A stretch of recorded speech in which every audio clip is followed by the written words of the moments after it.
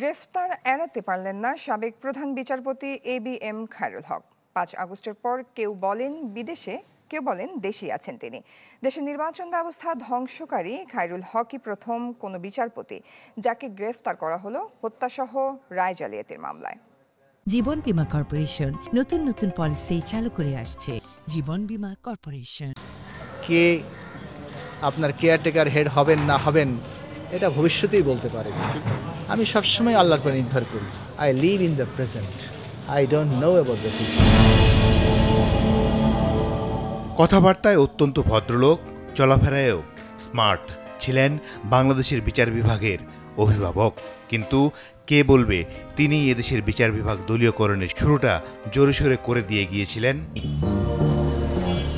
বলছি সাবেক প্রধান বিচারপতি ABM খায়রুল হকের কথা। তার একটি রায়ের কারণেই ভেঙে পড়ে বাংলাদেশের নির্বাচন ব্যবস্থা। সংক্ষিপ্ত রায়ে আরও 2 বার তত্ত্বাবধায়ক সরকার ব্যবস্থা রাখার কথা বললেও 16 মাস পর লিখিত রায়ে শেখ হাসিনাকে খুশি করতে মুছে ফেলেন তিনি। এরপর পুরো নির্বাচন ব্যবস্থাই ভেঙে যায়। অথচ রাজনৈতিক দলগুলোর সমঝোতার ভিত্তিতেই তত্ত্বাবধায়ক সরকার ব্যবস্থা সংবিধানে যুক্ত হয়েছিল। বাংলাদেশের ইতিহাসে দেখা গেছে দলীয় সরকারের অধীনে অনুষ্ঠিত প্রতিটি নির্বাচনই ছিল বিতর্কিত।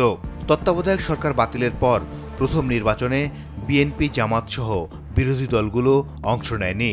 সে সময় সংঘাতে ব্যাপক প্রাণহানি হয় এবং সম্পদ বিনষ্ট হয়। অবশ্য এর পুরস্কারও পেয়েছেন খায়রুল হক। দীর্ঘদিন ছিলেন আইন কমিশনের চেয়ারম্যান। নিজেকে লর্ড ড্যানিং ভাবতেন খায়রুল হক, অথচ পদে পদে তিনি করে গেছেন অনিয়ম। প্রধানমন্ত্রীর ত্রাণ তহবিল থেকে খায়রুল হকের নেওয়া অর্থ সরকারি কোষাগারে ফেরত এবং তার শাস্তির দাবিও উঠেছে বারবার।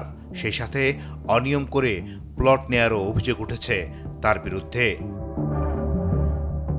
ওয়ারেন্ট অফ প্রেসিডেন্স অনুযায়ী দেশের তৃতীয় গুরুত্বপূর্ণ ব্যক্তি হিসেবে সাবেক এই প্রধান বিচারপতি আইন কমিশনের পদে থাকতে প্রকাশ্যে বিরোধে জড়ান সাবেক আইনমন্ত্রী আনিসুল হকের সাথেও।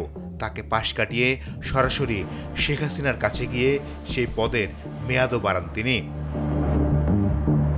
প্রয়াত নির্বাচন কমিশনার মাহবুব তালুকদার তার নির্বাচননামা ও নির্বাচন কমিশনে আমার দিনগুলো বইতে বিচারপতি খায়রুল হক সম্পর্কে লিখেন, বাংলাদেশের অস্থিতিশীল রাজনীতির স্থপতি একজন অরাজনৈতিক ব্যক্তি সাবেক প্রধান বিচারপতি ABM খায়রুল হক।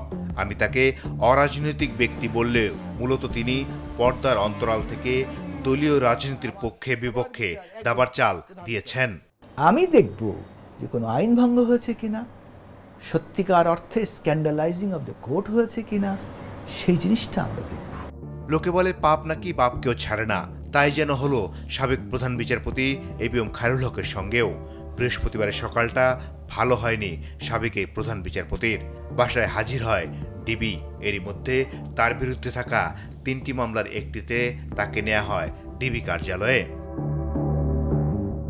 এবার জীবন মুদ্রার ওপিটও দেখতে শুরু করলেন খায়রুল হক, যিনি কিনা প্রথম কোনো প্রধান বিচারপতি যাকে হাতকড়া পড়তে হলো তারই সৃষ্ট পথে। মাসুদুর রহমান, চ্যানেল 24, ঢাকা।